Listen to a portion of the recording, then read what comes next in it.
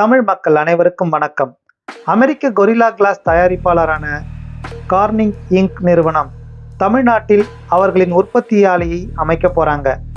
இந்த கம்பெனி எங்கே ஸ்டார்ட் பண்ண போகிறாங்க, எவ்வளவு பேருக்கு வேலை கிடைக்கும், அதனால் தமிழ்நாட்டுக்கு என்ன லாபம், வாங்க இந்த வீடியோவில் பார்க்கலாம்.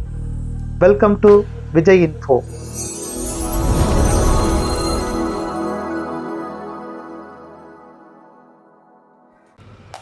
நாம் மொபைல் வாங்கும்போது அடிக்கடி கேள்விப்பட்டிருப்போம், கார்னிங் கொரில்லா கிளாஸ் ப்ரொடெக்ஷன். அப்படின்னா நம்ம மொபைல் டிஸ்பிளே மேலே ஒரு கிளாஸ் அட்டாச் பண்ணியிருப்பாங்க. அந்த கிளாஸ் தான் கொரில்லா கிளாஸ். இது கார்னிங் என்ற கம்பெனி தயார் பண்ணுறதால அதுக்கு கார்னிங் கொரில்லா கிளாஸ்னு பெயர் வந்துச்சு. இதுக்கு முன்னாடி வந்த மொபைலில் ஒரு சாதாரண டிஸ்பிளே கீழே விழுந்தால் ஈஸியாக உடஞ்சிடுற அளவுக்கு இருந்தது. அதுக்கப்புறம் தான் ஒரு ரெவல்யூஷன் வந்து அந்த மொபைலில் கார்னிங் கொரில்லா கிளாஸ் ப்ரொடெக்ஷன் வந்தது. அது எங்க அதுக்கு கார்னிங் கொரில்லா கிளாஸ்னு பேர் வந்துச்சுன்னு தானே கேட்குறீங்க. அது ஒன்றும் இல்லைங்க, கார்னிங் என்ற கம்பெனி தயார் பண்ணுறதால அது கார்னிங் கொரில்லா கிளாஸ்.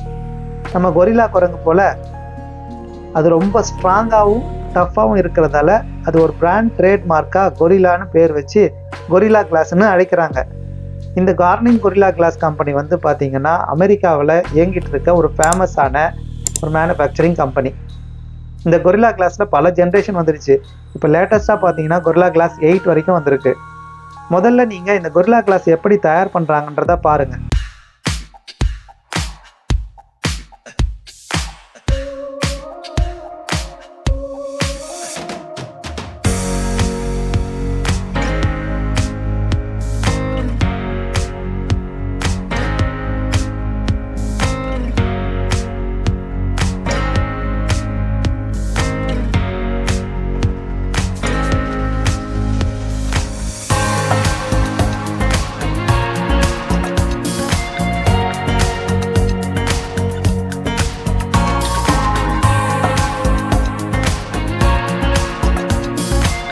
இந்த கார்னிங் கம்பெனி தான் நம்ம ஆப்பிள் கம்பெனிக்கு முக்கிய சப்ளையராக இருக்காங்க.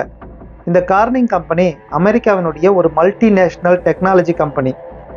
இவங்க வந்து பார்த்திங்கன்னா ஸ்பெஷாலிட்டி கிளாஸ் மேனுஃபேக்சரிங், அதுக்கப்புறம் செராமிக்ஸ் ரிலேட்டட் ப்ராடக்ட்ஸ் மேனுஃபேக்சரிங், அதுக்கப்புறம் அட்வான்ஸ் ஆப்டிக்ஸ் தொழில்நுட்பத்தில் நிபுணத்துவம் பெற்றவர்களாகவும் இருக்காங்க.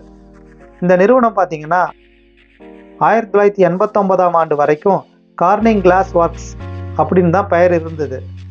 இந்த கம்பெனியோட வரலாறு பார்த்தீங்கன்னா இது 1851ஆம் ஆண்டு இதை தொடங்கி இருக்காங்க.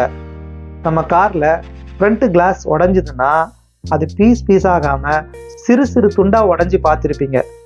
அது ஒன்றும் இல்லைங்க, 1962ஆம் ஆண்டு இந்த கார்னிங் கெம்கார் என்ற புதிய கடினமான ஆட்டோமொபைல் கண்ணாடியை தான் இவங்க உருவாக்கியிருந்தாங்க. இது ஏற்கனவே உள்ள கண்ணாடிகளை விட மெல்லியதாகவும் லேசாகவும் வடிவமைக்கப்பட்டுள்ளது. இந்த கண்ணாடி உடைஞ்சதுன்னா யாருக்கும் காயம் ஏற்படாத மாதிரி சிறு சிறு துண்டுகளாக உடையும். அதுக்கப்புறம் 1970ஆம் ஆண்டு பார்த்தீங்கன்னா 1 கிலோமீட்டருக்கு 17 dB குறைந்த ஆப்டிக்கல் அட்டென்ஷியேஷன் கொண்ட ஆப்டிக்கல் ஃபைபரை நிரூபித்ததாக அந்த நிறுவனம் அறிவித்தது. அடுத்த சில ஆண்டுகளுக்கு பிறகு பார்த்தீங்கன்னா 4 dB per கிலோமீட்டர் மட்டுமே கொண்ட ஒரு இழையை உற்பத்தி செய்து நெட்வொர்க்குக்காக ஃபைபர் ஆப்டிக்ஸை நடைமுறைப்படுத்தினார்கள். கார்னிங் ஆப்டிக்கல் ஃபைபர் தயாரிப்பில் உலகின் முன்னணி நிறுவனமாக மாறியது.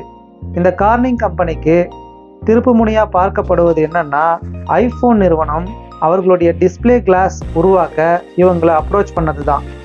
இந்த கம்பெனியை பற்றி சொல்லணும்னா இன்னும் சொல்லிக்கிட்டே போகலாம். இதோடு போதும்னு நினைக்கிறேன். அந்த கம்பெனி பற்றின ஒரு முன்னோட்டமாக சில முக்கியமான விஷயங்களை பற்றி மட்டும் சொல்லியிருக்கேன். இப்போ விஷயத்துக்கு வருவோம். இந்த கார்னிங் இங்க் கம்பெனி நம்ம தமிழ்நாட்டில் 1000 கோடி முதலீடு செஞ்சு ஒரு கம்பெனியை ஸ்டார்ட் பண்ணுறதுக்கு பிளான் பண்ணியிருக்காங்க.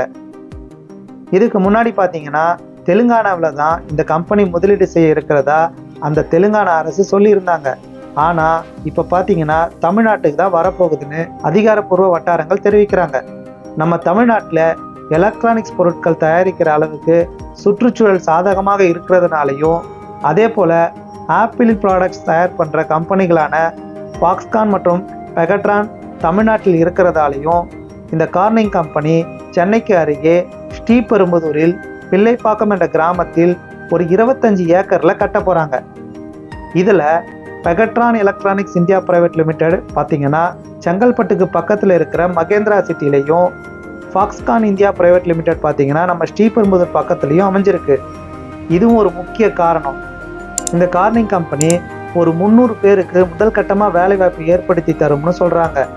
வருகிற ஜனவரி மாதத்தில் நடைபெறக்கூடிய உலகளாவிய குளோபல் இன்வெஸ்டர் மீட்டிங்கில் ஒரு புரிந்துணர்வு ஒப்பந்தம் கையெழுத்தாகும்னு சொல்கிறாங்க.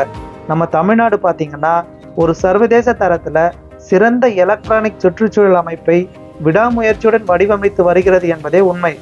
இந்த கொரில்லா கிளாஸ் மேனுஃபேக்சரிங்கில் இந்த கார்னிங் நிறுவனம் தான் டாப்பில் இருக்குது.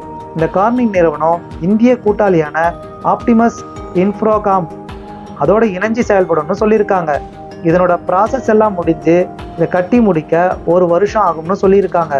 இந்த கார்னிங் தயார் பண்ணுற கொரில்லா கிளாஸ் பார்த்தீங்கன்னா இப்போதைக்கு ஆப்பிள் நிறுவனத்துக்கு மட்டுமே தயார் பண்ணுற அளவுக்கு சொல்லியிருக்காங்க. ஆனால் ஆப்பிள் ஸ்மார்ட் ஃபோன்கள் மட்டும் இல்லாமல் Samsung, Google, Sony, OnePlus, Motorola, Oppo, Lava, Realme எண்ணற்ற பிராண்டுகளும் கொரில்லா கிளாஸை அவர்களுடைய மொபைல் ஃபோனில் யூஸ் பண்ணுறாங்க. நம்ம தமிழ்நாட்டில் வரப்போல இந்த கார்னிங் கம்பெனி ஆப்பிளுக்கு மட்டுமே தயாரிக்க போகிறாங்களா அல்லது இதர மற்ற வாடிக்கையாளர்களுக்கும் சேவை செய்யுமா என்பது தெளிவாக தெரியவில்லை. இந்த கார்னிங் நிறுவனம் இந்தியாவில் நுழைவதாக மத்திய அமைச்சர் அஸ்வினி வைஷ்ணவ் அக்டோபர் மாதமே தெரிவித்திருந்தார். நிறுவனத்தின் ஆரம்ப உற்பத்தி திறன் பார்த்தீங்கன்னா 30 மில்லியன் பீஸ்களாக இருக்கும் என்றும் கூறினார். இப்போ வந்த மிக்ஜாம் புயலினால் ஏற்பட்ட சீர்குலைவு காரணமாக ஆப்பிள் விற்பனையாளர்கள் சென்னை மற்றும் பிற நகரங்களில் உற்பத்தியை தற்காலிகமாக நிறுத்த வேண்டியிருந்தது. அதனால் இந்தியாவில் தயாரிக்கப்பட்ட ஐபோன் பாகங்கள் தயாரிப்பில் குறிப்பிடத்தக்க பின்னடைவு ஏற்பட்டது என்பது உண்மை. இப்போ அதெல்லாம் சரியாகி மறுபடியும் ஐபோன் உற்பத்தியில் அந்த கம்பெனியெல்லாம் ஒரு கம்பேக் எடுத்திருப்பாங்க. இந்த Corning Gorilla glass manufacturing company நம்ம தமிழ்நாட்டில் வந்ததுன்னா தமிழ்நாட்டு இளைஞர்களுக்கு ஒரு வரப்பிரசாதமாக பார்க்கப்படும். ஏன்னா வேலைவாய்ப்பு என்பதை காலகட்டத்தில் ஒரு முக்கியமாக ஒன்றாக உள்ளது. இளைஞர்கள் எவ்வளோ பேர் வேலைவாய்ப்பு இல்லாமல் சும்மா இருக்காங்க.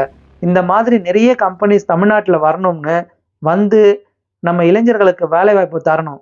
தொழில்துறையிலும் சரி, விவசாயத்திலும் சரி, தமிழகம் ஒரு முன்னோடி மாநிலமாக திகழும் என்பதில் சந்தேகமே இல்லாமல் கூற முடியும். இந்த கார்னிங் கம்பெனி பற்றி இன்னும் டீட்டெயில்ஸ் எதுவும் வரல. ஆனால் தமிழ்நாட்டில் ஸ்ரீபெரும்புதூரில் வரப்போகுது என்பது தான் உண்மை. ஏதாச்சும் அப்டேட் வந்ததுன்னா உங்களுக்கு உடனுக்குடன் தெரியப்படுத்துகிறேன். நன்றி, வணக்கம், வாழ்க வளமுடன். இந்த வீடியோ பிடிச்சிருந்தா லைக் பண்ணுங்க, ஷேர் பண்ணுங்க. என்னோட சேனலை சப்ஸ்கிரைப் பண்ணலன்னா மறக்காமல் சப்ஸ்கிரைப் பண்ணி கூடவே அந்த பெல் ஐக்கானையும் கிளிக் பண்ணுங்க. அப்போ தான் நான் போடுற வீடியோ உடனுக்குடனே உங்களுக்கு வரும். நன்றி.